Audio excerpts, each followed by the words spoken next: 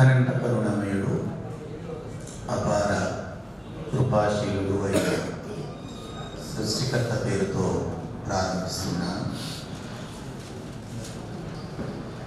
అల్హమ్దులిల్లాహి వకఫా వసలామున్ అలా ఇబాదిహిల్లజీన ఇస్తఫా అమ్మా బఅద్. ఫఖద్ ఖాల అల్లాహు తబారక వ తఆలా ఫిల్ ఖుర్ఆనిల్ మజీద్ వల్ ఫుర్ఖానిల్ హమీద్. అఊజు బిల్లాహి మినష్ షైతానిర్ రజీమ్. బిస్మిల్లాహిర్ రహ్మానిర్ రహీం. వమా అర్సల్నాక ఇల్లా రహ్మతల్ లిల్ ఆలమీన్.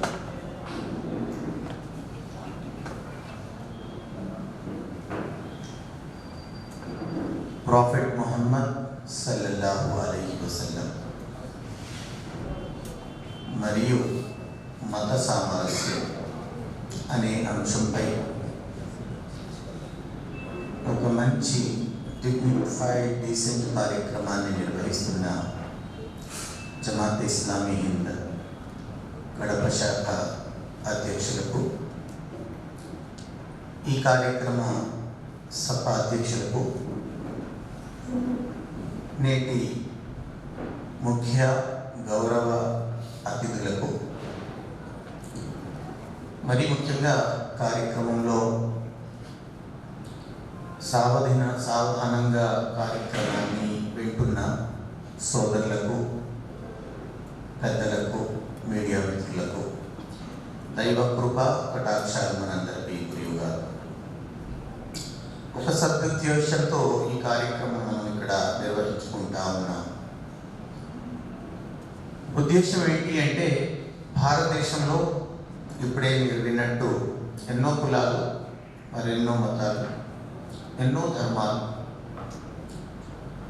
ఎన్నో వైవిధ్యాలు, ఎన్నో భాషలు, విభిన్న కల్చర్స్, విభిన్న లైఫ్ స్టైల్స్.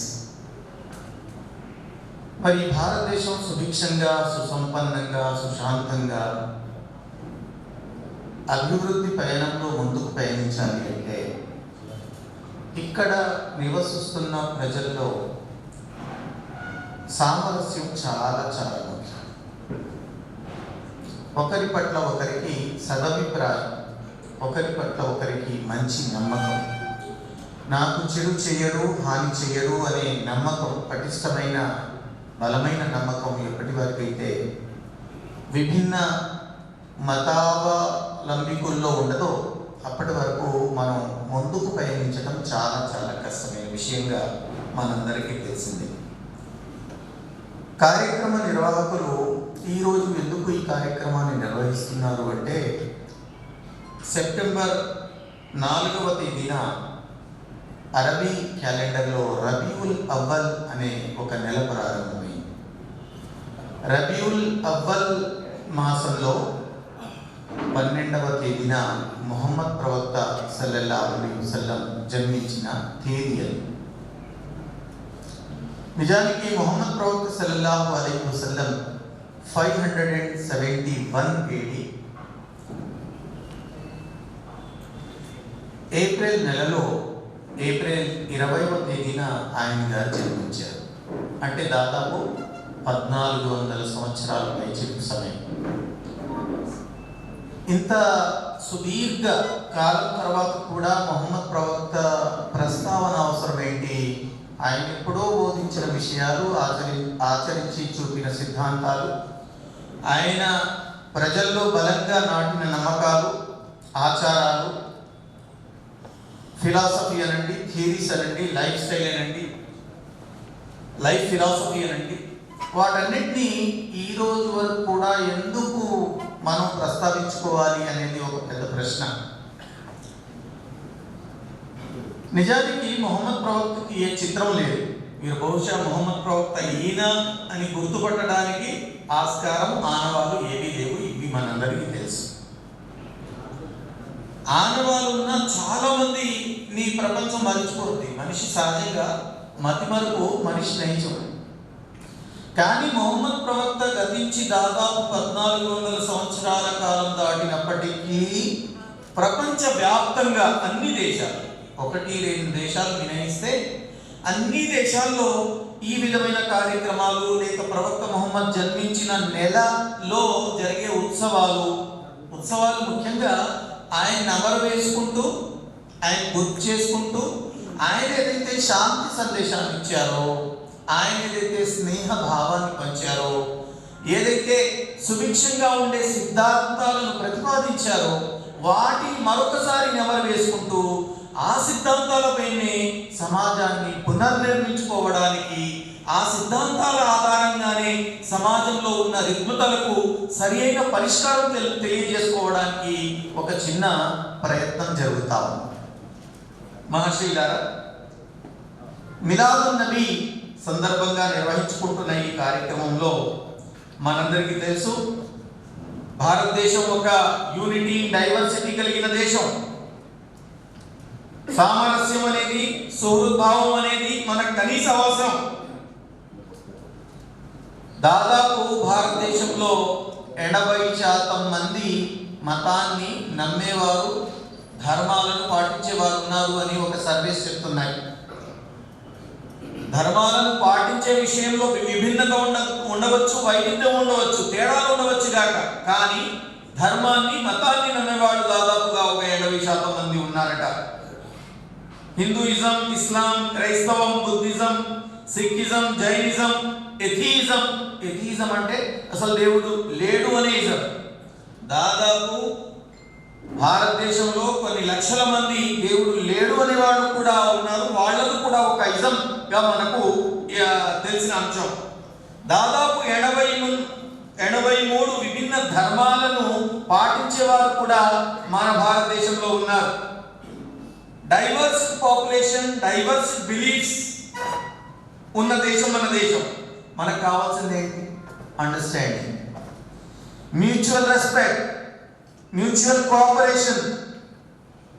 ఇది లేకపోతే ఏమొస్తాయి? వివాదాలు, విద్వేషాలు, వైషమ్యాలు, పరస్పర దూరాలు. ఇది ఎప్పుడైతే నాటుకుంటుందో అప్పుడు మన దేశ సగటు ప్రగతి ఏదైతే ఉందో అది వెనుకంజలో మనం సహజంగా పడిపోతాం. కలిసి ఉంటే నిలబడతాం, విడిపోతే పడిపోతాం. చిన్న సిద్ధాంతం. కలిసి ఉంటే నిలబడతాం, ఒకవేళ విడిపోతే పడిపోతామనే సిద్ధాంతం ఆధారంగా నిజానికి మనం ఈ కార్యక్రమాన్ని నిర్వహించుకుంటా ఉన్నాం. నిర్వాహకులు ముహమ్మద్ ప్రవక్త బోధనల వెలుగులో మత సామరస్య అవసరం గురించి మరి మీ ముందు ప్రస్తావించే బాధ్యత నాపై మోపారు కాబట్టి కొన్ని విషయాలు మత సామరస్యం, రిలీజియస్ టాలరెన్స్ అనే అంశం మీద మాట్లాడుకుందాం. మహాశైలారా, మన సమాజంలో మంచి రావాలి అన్నా, మంచి కావాలి అన్నా, మంచిగా మారాలి అన్నా మనకు కావాల్సింది ముఖ్యంగా మనిషి మారాలి. మనిషి మారాలి అంటే అతని ఆలోచనలు మారాలి, ఆలోచించే విధానం మారాలి, ప్రవర్తన మారాలి, తీరు మారాలి.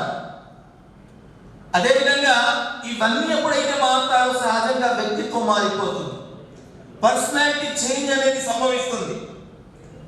ముఖ్యంగా మత సామరస్యం కావాలి అంటే హ్యూమన్ డిగ్నిటీ, మానవ ఔన్నత్యానికి మనం పెద్దపీట వేయక తప్పదు. మనిషి అనేవాడు సహజంగా గౌరవపాత్రుడు. మనిషి ఎవరు?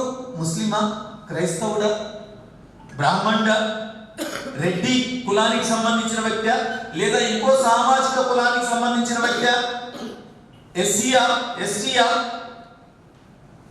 ఈ విషయాలతో సంబంధం లేకుండా మనిషిని గౌరవించాలి అనేది ముహమ్మద్ ప్రవక్త వారి సిద్ధాంతం.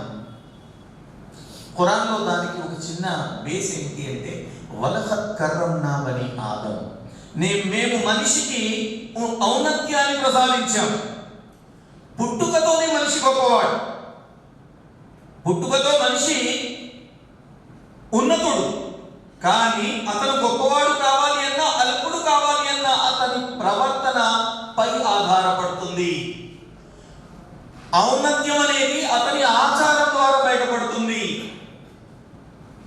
కర్మలలో మనిషి గొప్పవాడైతే, ఉన్నతుడుగా ఉంటే అతనే ఉన్నతమైన వ్యక్తి, అతనే గౌరవానికి పాత్రుడు అని మొహమ్మద్ ప్రవక్త ఒక సిద్ధాంతాన్ని ప్రతిపాదించారు.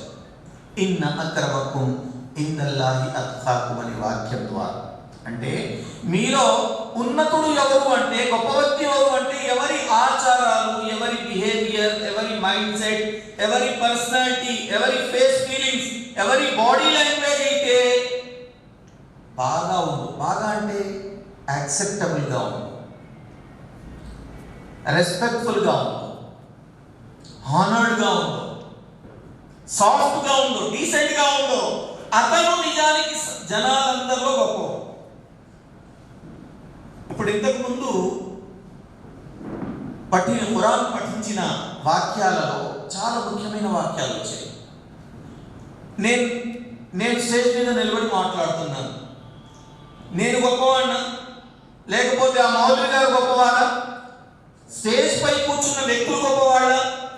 మీలో ఉన్న వాళ్ళల్లో ఎవరు గొప్పవాళ్ళు అనే దానికి ఒకవేళ ప్రాతిపదిక చూడాలి అంటే ఇన్న అక్రమకుం ఇందల్లాహి అత్ఖాకుం ద్వారానే సాధ్యం. అంటే ఎవరి ప్రవర్తన, ఆచరణ గొప్పదో అతనే దైవం దృష్టిలో గొప్పవాడు అనే విషయాన్ని మొహమ్మద్ ప్రవక్త సల్లల్లాహు అలైహి వసల్లం ఒక సిద్ధాంతం ద్వారా ప్రతిపాదించారు. ఆ రోజుల్లో మక్కా నగరంలో దైవ గృహం కాబా ఉండేది.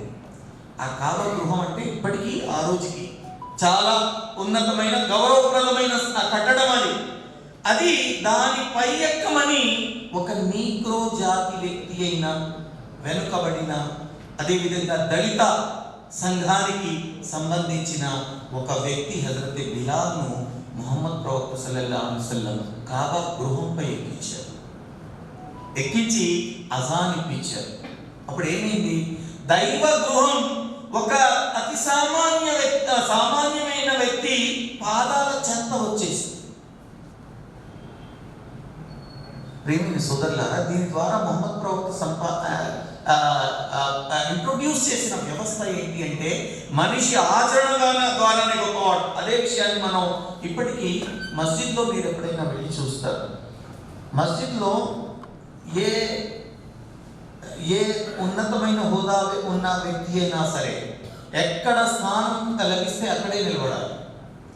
కులం ద్వారా కానీ, ఇంకా ఏదైనా ఆధారంగా కానీ, ఇంకా ఏదైనా ప్రాతిపదిక కానీ ముందు వరుసలో రావడానికి వీల్లేదు. ముందు వస్తే ముందు వరుస, వెనక వస్తే వెనక వరుస, చివరిగా వస్తే చివరి వరుసలో నిలబడాలి. అంతేకాని ఇతను గొప్పవాడు, ఇతను ఇక్కడే కూర్చోవాలి, అతను కూర్చోవద్దు అనడానికి ఎంత మాత్రం ఆస్కారం లేదు. దీని ద్వారా మొహమ్మద్ ప్రవక్త ఆచరణాత్మకంగా ఒక హ్యూమన్ ఈక్వాలిటీని ప్రతిపాదించడం జరిగింది. హజ్ యాత్రలో ఇటీవల కాలంలో జరిగింది. దాదాపు 25-30 లక్షల మంది వస్తారు. 30 లక్షల మంది కూడా ఏ ఒక్కడికి ఉన్నతమైన స్థానము, చాలా గొప్పవాడు అనే విధంగా ఆ స్థానం అనేది ఉండదు.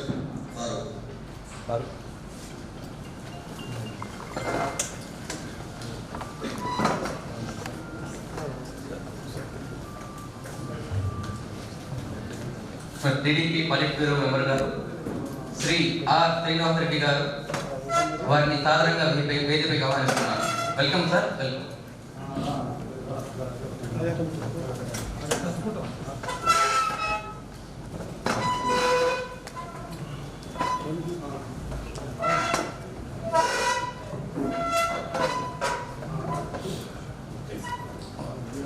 Thank you sir. Sorry for disturbance. మహాశీలారా, ఒక మంచి సుహృద్భావ వాతావరణంలో మనం ఈ కార్యక్రమాన్ని ముందుకు తీసుకెళ్తా ఉన్నాం.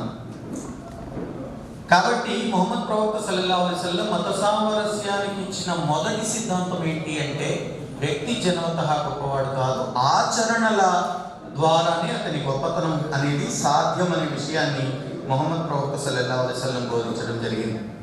ఒక యూద వ్యక్తి యొక్క శవం వెళ్తూ ఉన్నప్పుడు మొహమ్మద్ ప్రవక్త అతనికి గౌరవ సూచకంగా లేచి నిలబడతారు. తన అనుయాయులు అడుగుతారు, మొహమ్మద్ ప్రవక్త ఆ వెళ్తున్న శవ యాత్ర ఏదైతే ఉందో అది ఒక యూద వ్యక్తిది కదా, మరి మీరు ఎందుకు నిలబడ్డారు అని. మొహమ్మద్ ప్రవక్త చెప్పారు, యూద వ్యక్తి అయినా క్రైస్తవ వ్యక్తి అయినా ఇంకెవరైనా మానవుడు కదా, మానవుడికి మనం గౌరవించాలి కదా, కాబట్టి నేను నిలబడ్డాను అనే విషయాన్ని మొహమ్మద్ ప్రవక్త బోధించారు. సర్వింగ్ టు మ్యాన్ ఈ సర్వింగ్ టు గాడ్. మానవ సేవయే మానవ సేవ అనే కనీస సిద్ధాంతాన్ని మొహమ్మద్ ప్రవక్త ఈ రిలీజియస్ టాలరెన్స్ అనే టాపిక్ అనుగుణంగా మరి ఆ రోజుల్లోనే బోధించడం జరిగింది. మహర్షి గారు ఇంకో సిద్ధాంతం మొహమ్మద్ ప్రవక్త రిలీజియస్ టాలరెన్స్ కి సబ్మిట్ చేసింది. అదేంటి అంటే శాంతి స్థాపన, establishment of peaceful environment, peace, harmony, understanding, cooperation, coordination అనే సిద్ధాంతం ఏదైతే ఉందో, విభిన్న జాతులు తెగలు ఉన్న మన భారతదేశం లాంటి దేశానికి చాలా చాలా చాలా ముఖ్యమైన అంశం అది. మొహమ్మద్ ప్రవక్త శాంతి స్థాపనకు పెద్ద పీట వేశారు అని చెప్పడానికి ఆయన నమ్మిన ధర్మం పేరేంటండి? ఇస్లాం. ఇస్లాం అనే పదం ఎక్కడి నుండి జనించింది? సలాం అనే పదం, సలాం అనే పదం నుండి వచ్చింది. సలాం అనే పదానికి అర్థమే శాంతి అండి. సలాం అనే పదానికి అర్థం శాంతి. ఎవరైతే శాంతిని వ్యాపింపజేస్తారో వారిని ముస్లిం సమాజంగా భావించాలి అనేది అర్థం. కొంతమందికి డౌట్ రావచ్చు, మీ దగ్గర మైక్ ఉంది, మీరు ఏదైనా మాట్లాడుతున్నారు, మాకు మైక్ ఇవ్వండి, మేము ఎరగదీస్తాము. మాషి గారా, ఒక విషయం ఏంటి అంటే, ఇక్కడ సమాజంలో శాంతి తీసుకురావడం అనేది ఒక ముస్లిం బాధ్యతగా ఆ రోజుల్లో మొహమ్మద్ ప్రవక్త బోధించిన సిద్ధాంతం. అదేవిధంగా నేటికి ఆ సిద్ధాంతానికి ఈ సమూహం అనేది కట్టుబడి ఉంది. ఎక్కడైనా ఎవరైనా ఏ దేశంలోనైనా ఏ సమయంలోనైనా ఒకవేళ ఒక ముస్లిం వ్యక్తి అశాంతికి కారకుడైతే ఇస్లాం దానికి బాధ్యత వహించదు. ఆ వ్యక్తి తప్పిదంగా దాన్ని భావించాలి, కానీ ఆ ధర్మాన్ని దాంట్లో ఎంతమాత్రం సంబంధం కలపడానికి ఆస్కారం లేదు. ఎందుకు అంటే అలా ఏ వ్యక్తి అయినా, ఏ కులంలోనైనా, ఏ ధర్మంలోనైనా వ్యక్తులు తప్పు చేసే వాళ్ళు ఉంటారు. ఆ తప్పు చేసిన వ్యక్తుల ధర్మాన్ని వాళ్ళతో అంటగట్టడం అనేది సరి అయిన అంశం కాదు. శాంతి అనేది మనిషికి అవసరం, సమాజానికి అవసరం, వ్యవస్థలకు అవసరం, దేశాలకు అవసరం, ప్రపంచానికి అవసరం. ప్రశాంత వ్యక్తులు ఎక్కడైతే ఉంటారో, ప్రశాంతత వ్యక్తులు ఎప్పుడైతే ఉంటుందో, ఆల్రౌండ్ డెవలప్మెంట్ అనేది అక్కడ టేక్ ప్లేస్ చేస్తుంది. సర్వతోముఖాభివృద్ధి రావాలి మనిషిలో అంటే ఆ మనిషి శాంతియుతంగా ఉండగలగాలి, మెంటల్లీ పీస్ఫుల్ గా ఉండగలగాలి. అదేవిధంగా దేశం ప్రశాంతంగా ఉండాలి అంటే సస్టైనబుల్ గ్రోత్ అండ్ డెవలప్మెంట్, సుస్థిర అభివృద్ధి చెందగలగాలి అంటే ఆ దేశంలో ప్రశాంతత ఉండాలి. శాంతి స్థాపన ఎప్పుడు జరుగుతుందండి? ఎప్పుడైతే హక్కులు, ఎవరి హక్కులు వారికి లభిస్తాయో సహజంగా అక్కడ శాంతి ఉంటుంది. అట్లే ఎక్కడైతే హక్కులు హరించబడతాయో అక్కడ సహజంగా పై నుండి కిందికి వర్షం ఏ విధంగా వస్తుందో, నీళ్ళు ఏ విధంగా ప్రవహిస్తాయో, అదే విధంగా ఎక్కడైతే హక్కులు హరించబడి వేస్తాయో అక్కడ అశాంతి అనేది సహజంగా వస్తుంది. కాబట్టి ప్రపంచ దేశాల్లో గొప్ప కాన్స్టిట్యూషన్ ఎవరిదండి? మందే. సగర్వంగా చెప్పుకోవచ్చు, గర్వంగా మనం చెప్పుకోవచ్చు, Indian constitution is the best constitution, practical constitution ఇది వాళ్ళని. మన ఇండియన్ కాన్స్టిట్యూషన్ లో ఫండమెంటల్ రైట్స్ ఆర్టికల్ 12 నుండి 35 వరకు, అందులో right to freedom, right to equality, right to education and culture, right against exploitation, ఇవన్నీ చాలా డీటెయిల్ గా ఎందుకు ఇవ్వడం జరిగింది? శాంతి స్థాపన దేశంలో ఉండాలి అంటే తప్పనిసరిగా అకార్డింగ్ టు కాన్స్టిట్యూషన్ సిస్టమ్ అనేది, అది బ్యూరోక్రసీ అయినా, అడ్వైజరీ అయినా, జ్యుడిషియరీ అయినా తప్పనిసరిగా దాన్ని ఫాలో అవ్వాల్సిందే అనే నిబంధన, కఠినంగా నిబంధనను మనం పెట్టుకున్నాం. మొహమ్మద్ ప్రవక్త ఆ రోజుల్లో ఒక సిద్ధాంతాన్ని ప్రతిపాదించారు. అమాయకంగా, అన్యాయంగా ఒక వ్యక్తి మరో వ్యక్తిని హతమారిస్తే అతను ప్రపంచంలో ఉన్న సకల జనుల్ని హతమార్చినంత పాపం అతను కలుగుతుంది. అదేవిధంగా ఒక వ్యక్తి ఒక మనిషి ప్రాణాన్ని కాపాడితే ప్రపంచంలో ఉన్న ప్రజలందరి ప్రాణాన్ని కాపాడినంత పుణ్యవతం కలుగుతుంది.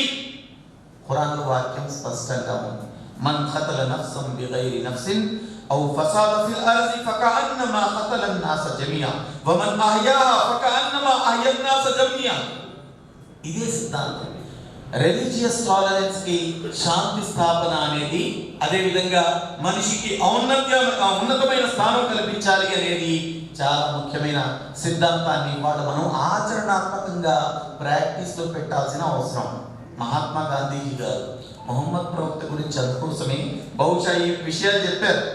ఆయన తన గ్రంథంలో రాస్తారు, Islam is not spread by sword, Islam spread by peace, simplicity, regard of pledges. Mohammed ప్రవక్త అనుచరుల పట్ల ఆయన ఎంత సింపాథెటిక్ గా, ఎంత ఎంపాథెటిక్ గా ఉండేవాళ్ళో దానివల్ల ఇస్లాం ధర్మం అనేది ప్రపంచంలో ప్రబలింది. నిశ్చయమైన నైజం, అచంచలమైన దైవం పట్ల విశ్వాసం, ఇది మొహమ్మద్ ప్రవక్త విజయానికి కారకాలు అని గాంధీజీ గారు తన గ్రంథంలో స్వయంగా రాస్తారు. మాషీలారా, రెండవ సిద్ధాంతం అయిపోయింది, శాంతి స్థాపన. మత సామరస్యం జరగాలి అంటే మొహమ్మద్ ప్రవక్త బోధనల వెలుగులో శాంతి స్థాపనే ఏకైక మార్గం. మూడవది జస్టిస్ సిస్టమ్, న్యాయ స్థాపన అనేది రిలీజియస్ టాలరెన్స్ కి అతి ముఖ్యమైన సిద్ధాంతం అండి. న్యాయం అనేది మనకు తెలుసు, అది అతి ముఖ్యమైన విలువ. మన భారతదేశం లాంటి దేశంలో ఎక్కడైతే పార్లమెంటరీ వ్యవస్థ ఉందో, జ్యుడిషియరీ జస్టిస్ సిస్టమ్ ఉందో, అక్కడ తప్పనిసరిగా న్యాయ వ్యవస్థ అనేది సజావుగా పనిచేయాలి. మనిషికి న్యాయం దొరకాలంటే ఎక్కడైనా న్యాయం దొరకకపోతే, అన్యాయం ఒకవేళ ప్రబలిపోతే సహజంగా అల్లర్లు టేక్ ప్లేస్ అవుతాయి. న్యాయ వ్యవస్థ బలంగా ఉంటే సమాజంలో సమన్వయం ఉంటుంది. ఇంటి నుండే, కుటుంబం నుండి, ఇల్లు లేక కుటుంబం నుండే న్యాయ వ్యవస్థని ప్రారంభించే సిద్ధాంతాన్ని మనం తీసుకురావాల్సిన అవసరం ఉంది. ఎవరు సుప్రీంకోర్టు జడ్జ్, ఆయనగా న్యాయం చెప్పాలి, మనకేం పని అంటే ఇంటి ఒక బాధ్యుడిగా నేను ఇంట్లో ఉన్నప్పుడు నా సంతానంలో కనీసం న్యాయ సిద్ధాంతాన్ని నేను అడాప్ట్ చేయాలి కదా. అమ్మాయిని చిన్న స్కూల్లో వేశాను, అన్ఇంపార్టెంట్ స్కూల్లో, అబ్బాయిని చాలా పెద్ద స్కూల్లో వేశాను, ఎక్కువ ఫీజు కడుతున్నాను. అబ్బాయి పట్ల అన్యాయాన్ని నేనే ఒకవేళ అడాప్ట్ చేసినట్లయితే అక్కడ సామరస్యం అనేది ఉండగలగడానికి అవకాశం ఉందా? మహాశైలారా, సమాజంలో మనం అంటున్నాం, సమాజంలో ఉన్నప్పుడు ఈ న్యాయ సిద్ధాంతాలను మనం ప్రాక్టీస్ చేసే ప్రయత్నం చేద్దాం. ఏపీజే అబ్దుల్ కలాం గారు మొహమ్మద్ ప్రవక్త గురించి రాస్తూ, prophet Muhammad vision of just and compassionate society is a beacon of hope for humanity అనే విషయాన్ని తన గ్రంథంలో రాస్తారు. ముఖ్యంగా దివ్య గ్రంథమైన ఖురాన్ అంటుంది అంటే, యా అయ్యుహల్లజీనా ఆమను కూను ఖవ్వామీన బిల్ కిస్తి షుహదా లిల్లాహ్ వలౌ అలా అన్ఫుసిహిం అబిల్ వాలిదైని వల్ అక్రబూన్. విశ్వసించిన ప్రజలారా, న్యాయ ధ్వజవాహకులుగా నిలబడండి, అల్లాహ్ కొరకు సాక్షులుగా ఉండండి. మీ న్యాయం మీకు, మీ తల్లిదండ్రులకు, మీ బంధువులకు ఎంత హాని కలిగించినా సరే. సహజంగా న్యాయం మాట్లాడడం వల్ల అంటే వేరే వాళ్ళ పట్ల నేను న్యాయంగా ఉండొచ్చు, కానీ నా కొడుకే తప్పు చేశాడు, ఆ తప్పును వేరే వాడు శిక్ష అనుభవిస్తున్నాడు, ఆ ఇద్దరిలో న్యాయం చేయాలి అనే కేసు నా దగ్గరకు వస్తే నేను ఆ నేను దాన్ని ఏ విధంగా డీల్ చేస్తాను అనేది చాలా కీలకమైన అంశం. మొహమ్మద్ ప్రవక్త సల్లల్లాహు అలైహి వసల్లం దగ్గర ఒక వ్యక్తి వచ్చాడు, తను యూదుడు. ఫలానా ముస్లిం వ్యక్తి నాకు అన్యాయం చేశాడు మొహమ్మద్ ప్రవక్త అని విన్నవించుకున్నాడు. మొహమ్మద్ ప్రవక్త చాలా డీటెయిల్ గా కేసును స్టడీ చేశారు.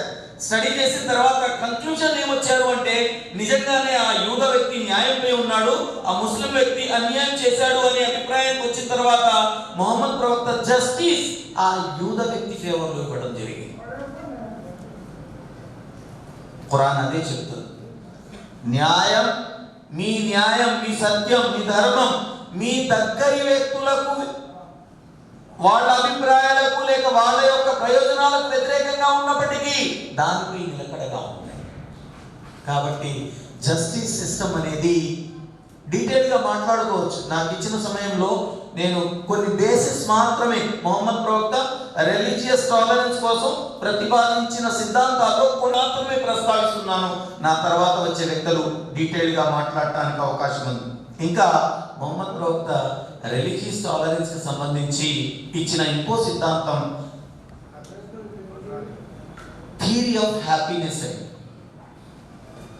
హ్యాపీ లైఫ్ అనేది అందరూ కోరుకుంటారు. కోరుకోవడమే కాదు, ఇష్టపడతారు. ఇష్టపడటమే కాదు, దానికోసం తాతాలాడతారు. కానీ ఒకటి ఆలోచించండి, ధనంతో ఆనందం వస్తుందా? హోదాతో ఆనందం వస్తుందా? పెద్ద పేరున్న వాళ్ళకి ఆనందం ఉంటుందా?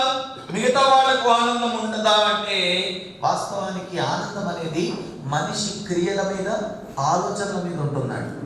ఒక ఐఏఎస్ఐ చదివిన వ్యక్తి 33-34 ఏళ్లకే మరి సూసైడ్ చేసుకొని చనిపోతున్నాడు. దేనికి చనిపోతున్నాడు? ఆనందం లేక, జీవితాన్ని ఆస్వాదించలేక. ఒక ఐఐటి స్టూడెంట్ ఐఐఎం అహ్మదాబాద్లో ఎంబీఏలో సీట్ వచ్చిన తర్వాత అతను సూసైడ్ చేసుకుంటున్నాడు. మాషీలారా, ఇదంతా ఎందుకు జరుగుతుంది? ఆలోచన విధానం మారాలి. ఈ జీవితం పర్మనెంట్ జీవితం కాదు. ఇక్కడ 10 తరాలకు, రాబోయే 10 తరాలకు సంపాదన మనం కూడబెట్టిన ఆ సంపాదనలో ఒక చిల్లి గవ్వ కూడా మనం తీసుకెళ్ళాలి. అలెగ్జాండర్ చెప్పలేదా, నేను చనిపోయిన తర్వాత నా శవయాత్ర ఎప్పుడైతే నిర్వహిస్తూ ఉంటారో నా 2 చేతులు బయట పెట్టండి అని. ఎందుకయ్యా అని అడిగారు. ఎందుకు అంటే అలెగ్జాండర్ దేశాలనే కాదు, ఖండాలనే లేడు. కానీ వెళ్ళేటప్పుడు ఎట్లా వెళ్తున్నాడు? 2 చేతులతో ఖాళీ వెళ్తున్నాడు.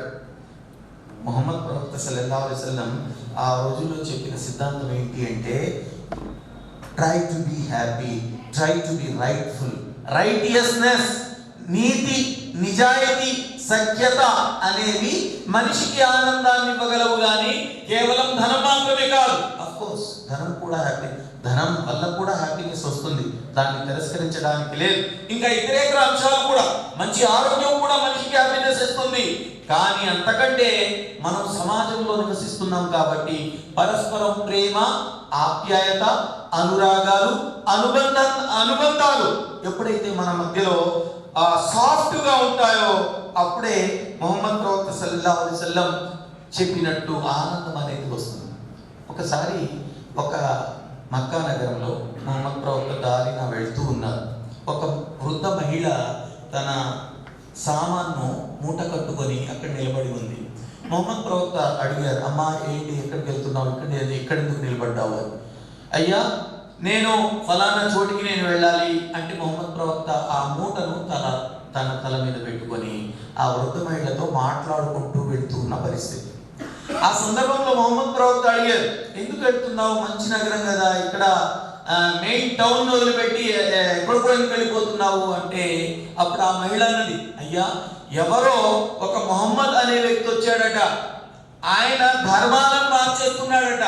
మేము ఎవరినైతే ఆరాధిస్తున్నామో అవి ఆ దేవుడి స్థానంలో మరో దేవుణ్ణి ప్రస్తావిస్తున్నాడట.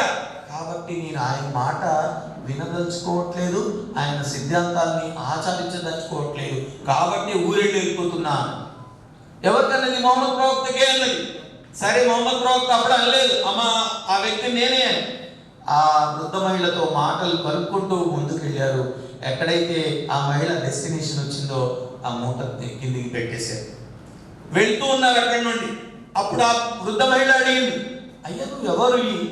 నువ్వు యువకుడుగా ఉన్నావు, యువకుల్లో ఎంతో మంది దారిన వచ్చిపోయే వాళ్ళు ఎవరు నన్ను పలకరించలేదు, సరికదా నా మూటను మోసే బాధ్యత ఎవరు తీసుకుంటారు? నువ్వు తీసుకున్నావు, ఏంటి పరిస్థితి, నువ్వు ఎవరివి, నీ పేరేంటి అని అడిగితే అప్పుడు మొహమ్మద్ ప్రవక్త అంటారు, అమ్మా, ఏ వ్యక్తి వల్ల అయితే నువ్వు వెళ్ళిపోతున్నావో, ఎవరి సిద్ధాంతాలు అయితే నిన్ను కొంచెం హాని చేస్తున్నావో ఆ సిద్ధాంతాలను రచించింది లేక ఆ సిద్ధాంతాలను ప్రతిపాదిస్తుంది, ప్రజల్లో తీసుకొస్తుంది నేనే అమ్మా. ఆ వృద్ధ మహిళ ఒకేసారి చలించిపోతుంది.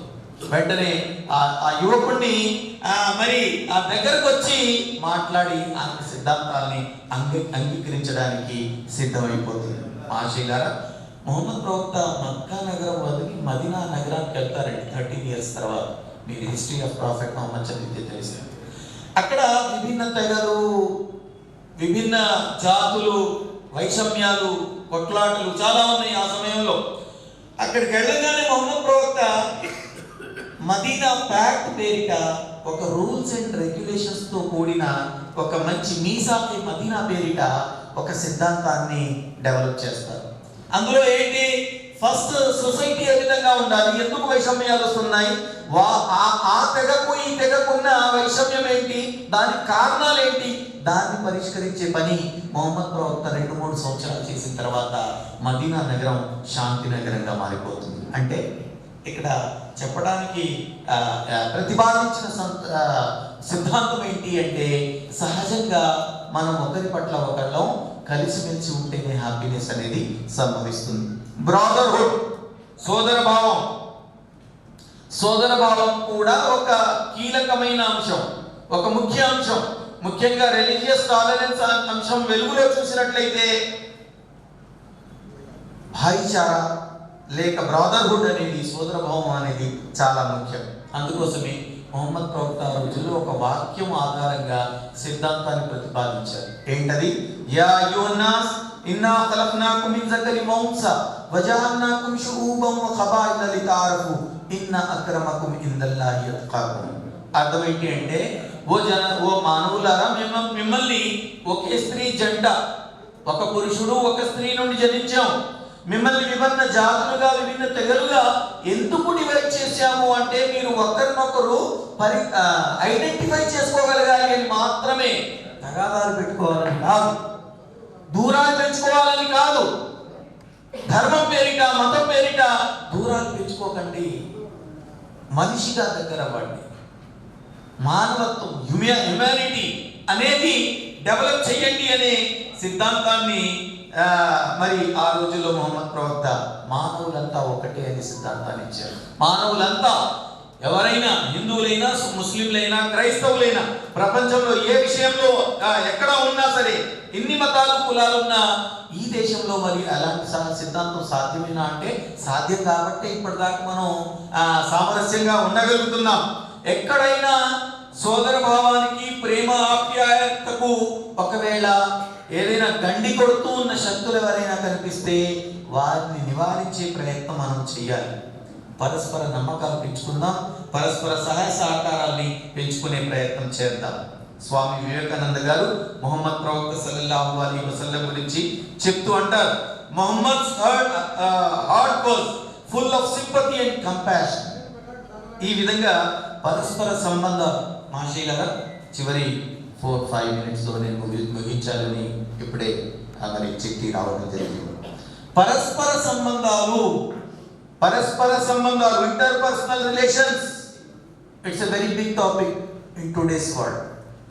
మనిషి mental health or physical health or social health ఏది డిస్టర్బ్ అవుతున్నది అన్న దానికి కారణం ఇంటర్పర్సనల్ రిలేషన్సే.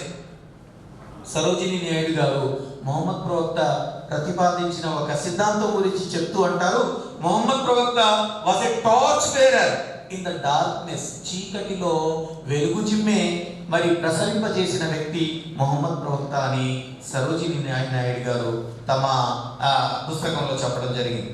ఈ విధంగా మహాశైలారా, మొహమ్మద్ ప్రవక్త చాలా సిద్ధాంతాలు చెప్పారు. సిద్ధాంతాలే కాదు,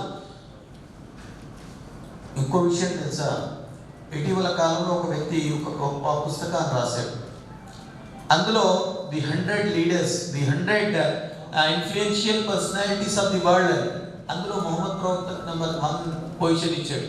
ఎందుకు అని అడిగితే, మైకేల్ హార్ట్ ఎందుకు అని అడిగితే ఏమంటాడు ఆయన? మొహమ్మద్ ప్రవక్త ఏదైతే నోటితో చెప్పారో దాన్ని ఆచరించారు, చెప్పింది చేశారు, చేసింది చెప్పారు, కాబట్టి I have given him the first position అనే విషయాన్ని చెప్పడం జరిగింది.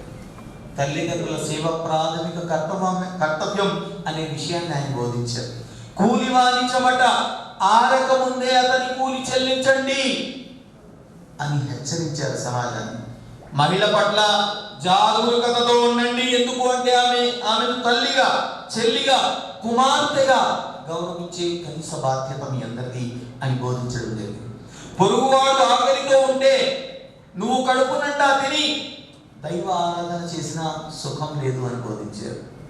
పొరుగువాడి ఆకలి కూడా ఎంతో కొంత షేర్ చేసే ప్రయత్నం చేయి. సుందర భారతదేశంలో ఈ సిద్ధాంతాలు ఇవాళ రావాల్సిన అవసరం ఉంది. అని ఈ సందర్భంలో నేను ఎందుకు అంటున్నాను అంటే, ఇది మిలాదున్ నబీ నెల కాబట్టి సభ ఆ టాపిక్ మీద నిర్వహిస్తూ ఉంటున్నాం కాబట్టి ఈ కొన్ని విషయాలు మీ ముందుంచాను. మహాశయ గారా, సుందర భారతదేశం కోసం మత సామరస్యం ప్రపంచానికి సారథ్యం వహించే స్థాయికి భారతదేశం ఎదగాలి అంటే పరస్పర మ్యూచువల్ అండర్స్టాండింగ్ మనలో పెరగాలి. మేరా భారత్ మహాన్ అనే స్థాయికి మనం చేరగలగాలి. ఇక్బాల్ అన్నట్టు సారే జహాं से अच्छा हिंदुस्तान हमारा हम बुलबुलें हैं इसके ये गुलिस्तान हमारा అనే విషయాన్ని మనం ప్రపంచ ప్రజలకు తీసుకెళ్లే ప్రయత్నం చేద్దాం. దైవం మనందరికీ సద్బుద్ధిని సద్భాగ్యాన్ని ప్రసాదించాలని, మంచి మనసును, మంచి వివేకాన్ని ప్రసాదించాలని అందరం కలిసిమెలిసి హిందూ ముస్లిం భాయి భాయి, హిందూ సిక్ భాయి భాయి, క్రిస్టియన్ ముస్లిం భాయి భాయి అనే విధంగా మనందరం జీవించే మహోన్నతమైన స్థానాన్ని కలిగించాలని ఆ దైవాన్ని వేడుకుంటూ ముగిస్తున్నాను. Thank you.